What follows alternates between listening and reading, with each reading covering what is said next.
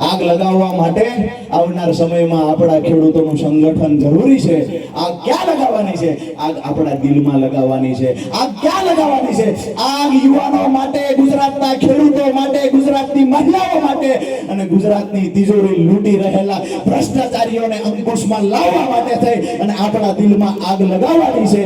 આવનાર 7 તારીખે આમ આદમી પાર્ટી દ્વારા ચોટીલામાં 35 વર્ષ પછી ગુજરાતના ઇતિહાસમાં 35 વર્ષ પછી એક મહા ખેડૂત સંમેલન થવા જઈ રહ્યું છે.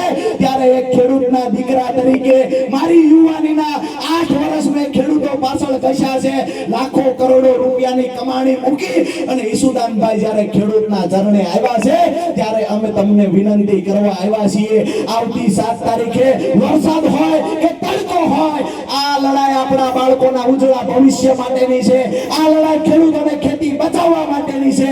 આ સંકલ્પ કરી વાહન મળ્યું ના મળ્યું વિષય પછીનો છે.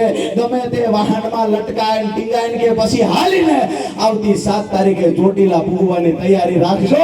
અમારા હાથ મજબૂત કરવા માટે એકવાર તમે ત્યાં આવો. આવનાર સમયમાં ભારતીય જનતા પાર્ટીને સત્તામાંથી ઉખાડી નાખવાની તાકાત અમે રાખીએ છીએ.